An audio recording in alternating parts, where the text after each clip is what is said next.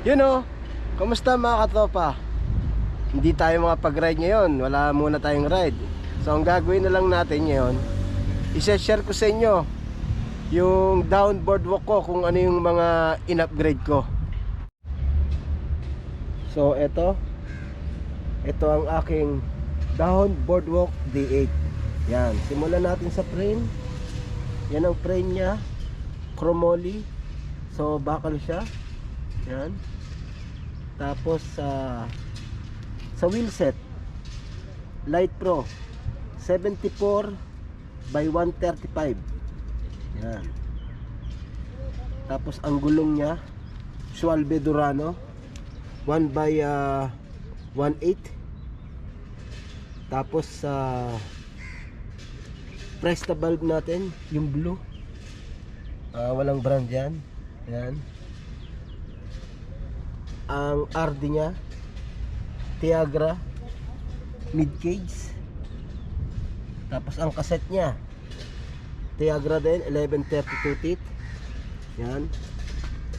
Tapos ang crankset nya, Light Pro. Yung boots nya, walang brand.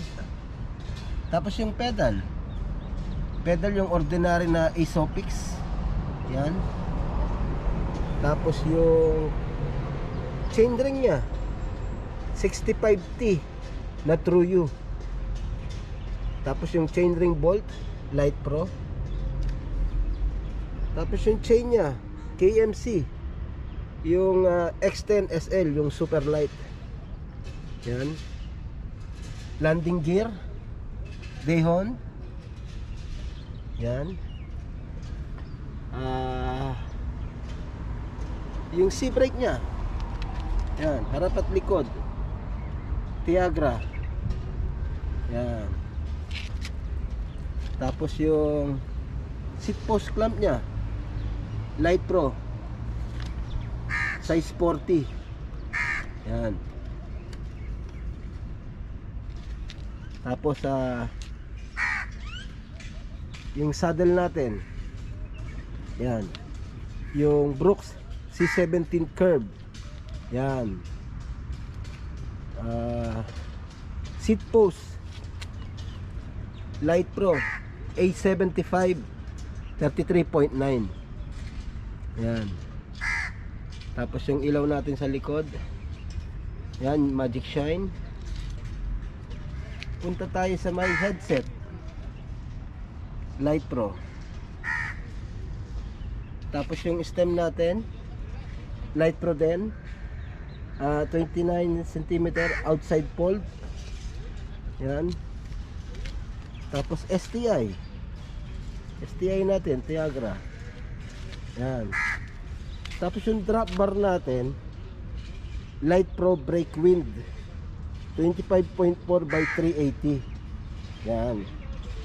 Tapos yung Dehon stem post natin, yan, quick release. Tapos yung bar tape natin, walang brand yan eh, Bumarahin lang yan. Yan. Tapos yung Jaguar gray natin, braided. Yan. Black yan eh, black ata yan. Yan. Ano pa ba? Yan, yung ano natin, yung handlebar, ano natin, pole mount ng GoPro. Yan, ayun yung bago. Yan. Pwede rin yan sa seat post. Yan, kaya pwede yan sa likod. Yan. Tapos yan, nilagyan ko siya ng light mount. Hindi, nakalimutan ko kung anong brand yan. Yan, tapos ilaw natin sa harap, Magic Shine Alti 1000. Yan. Hindi nakalimutan pa ba tayo? Wala na siguro, no? So ito yung aking Dehon Boardwalk D8. Yan. Ayan yung, ganyan yung setup ko. Kaya halos frame na lang ang natira rito. Frame na lang talaga ang natira rito, tsaka part. Yun na lang. The rest pinalitan ko. Yan.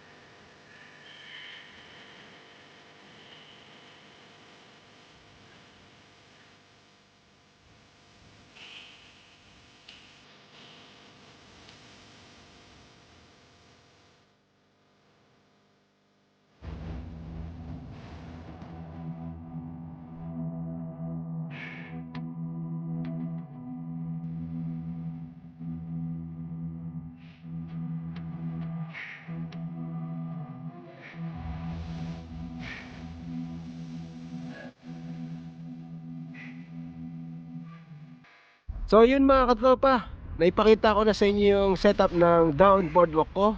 So at least kahit pa paano may idea kayo sa mga down boardwalk user dyan. So ayun ang setup ng bike ko, yung mga in-upgrade ko.